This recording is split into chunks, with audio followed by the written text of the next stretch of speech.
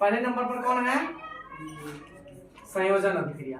कौन सी अभिक्रिया? संयोजन अभिक्रिया। कह दो अभी सर जी पढ़े ही नहीं है तो कैसे बताएं ना। फर्स्ट लेसन है, ठीक है, संयोजन अभिक्रिया। सेकेंड नंबर पर वियोजन अभिक्रिया, फिर वियोजन अभिक्रिया, फिर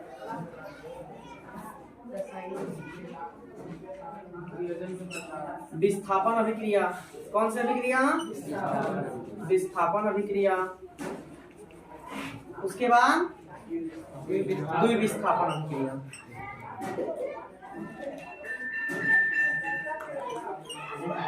द्विविस्थापन अभिक्रिया। क्लियर है?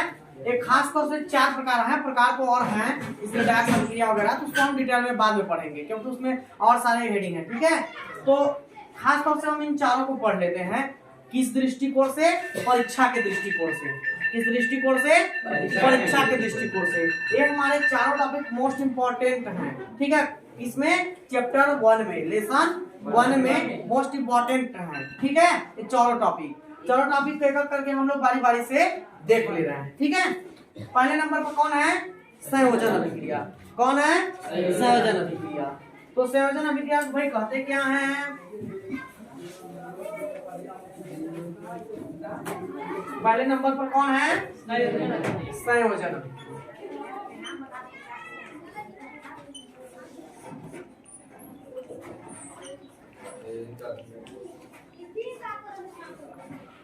संयोजन अभिक्रिया, ठीक है। तो संयोजन अभिक्रिया का डेफिनेशन होता क्या है कि ऐसी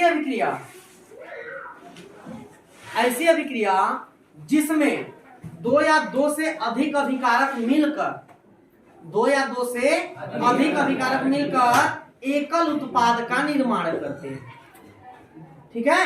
कि ऐसी अभिक्रिया जिसमें 2 या 2 से अधिक अभिकारक मिलकर एकल उत्पाद का निर्माण करते हैं उसे कौन सी अभिक्रिया कहते हैं? संयोजन अभिक्रिया कहते हैं। कौन सी अभिक्रिया? संयोजन। जैसे फॉर एग्जांपल हम ले लेते हैं C+O2, ठीक है। क्या हो जाएगा? CO2 हो जाएगा ना। कैसे भाई? दोनों जुड़ गए। संयोजन मतलब नाम से पता चल रहा है योजन, योग। क्या होगा? किसी भी यौगिकों का योग होगा, जुड़ेंगे। क्या होगा? जुड़ेंगे। क्लियर है ना? संयोजन अभिक्रिया मतलब जुड़ना, यौगिकों का जुड़ना। तो भाई एक कार्बन है, ऑक्सीजन है, दोनों आपस में जुड़कर क्या बना लिए? Carbon dioxide. Carbon dioxide,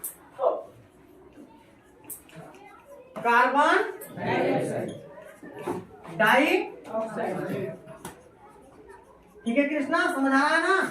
carbon dioxide, ठीक है।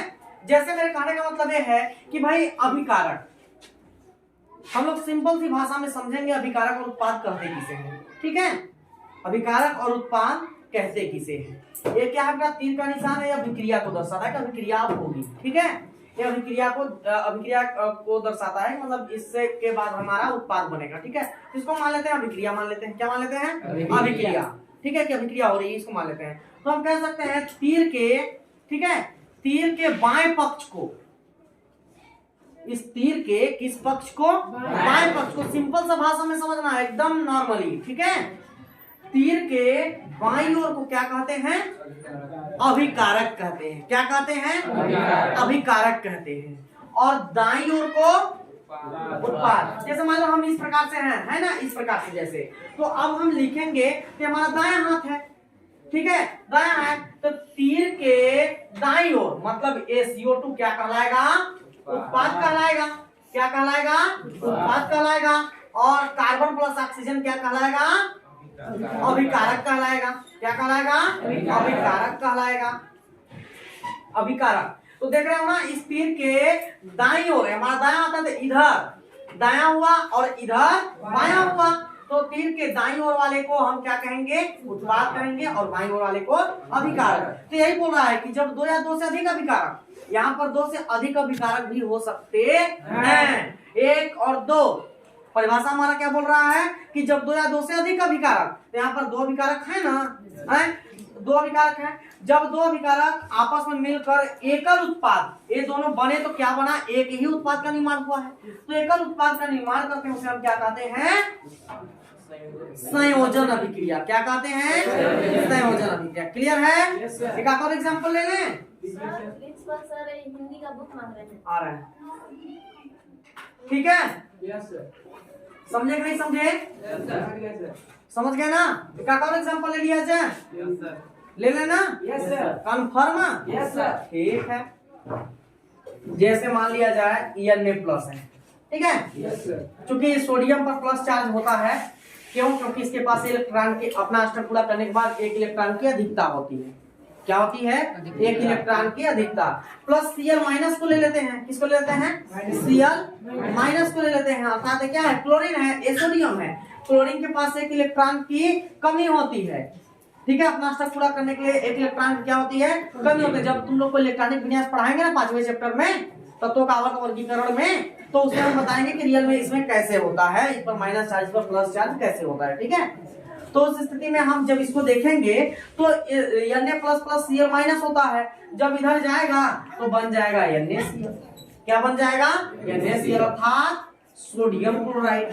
क्या बन जाएगा? Sodium chloride. जो आप लोग नमक खाते हो ना, सोडियम क्लोराइड, ये उसी का सूत्र है। इसका नमक का, किसका? नमक का। क्लियर है? तो यहाँ पर भी दो अभिकारक है कि नहीं है? दोनों अभिकारक मिलकर एकल उत्पाद का निर्माण किए कि नहीं किए? तो इस प्रकार से इसको हम कौन सी अभिक्रिया कहेंगे? संयोजन अभिक्रिया। क्लियर है? जस्ट इसी को उल्टा कर दो, वियोजन अभिक्रिया हो जाएगा। देख लो, बताइए देना वियोजन अभिक्रिया को। कौन सी अभिक्रिया? वियोजन अभिक्रिया। दूसरा नंबर, कौन सा नंबर? दूसरा नंबर, वियोजन।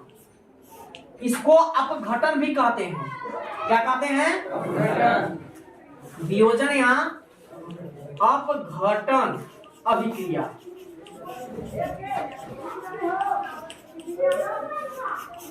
अभिक्रिया, ठीक है? इसको वियोजन या अपघटन अभिक्रिया के नाम से भी जाना जाता है। वियोजन या अपघटन अभिक्रिया का मतलब क्या होता है बेटा?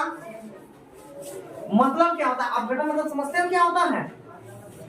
टूटना। Very good. क्या होता है? टूटना। ठीक है?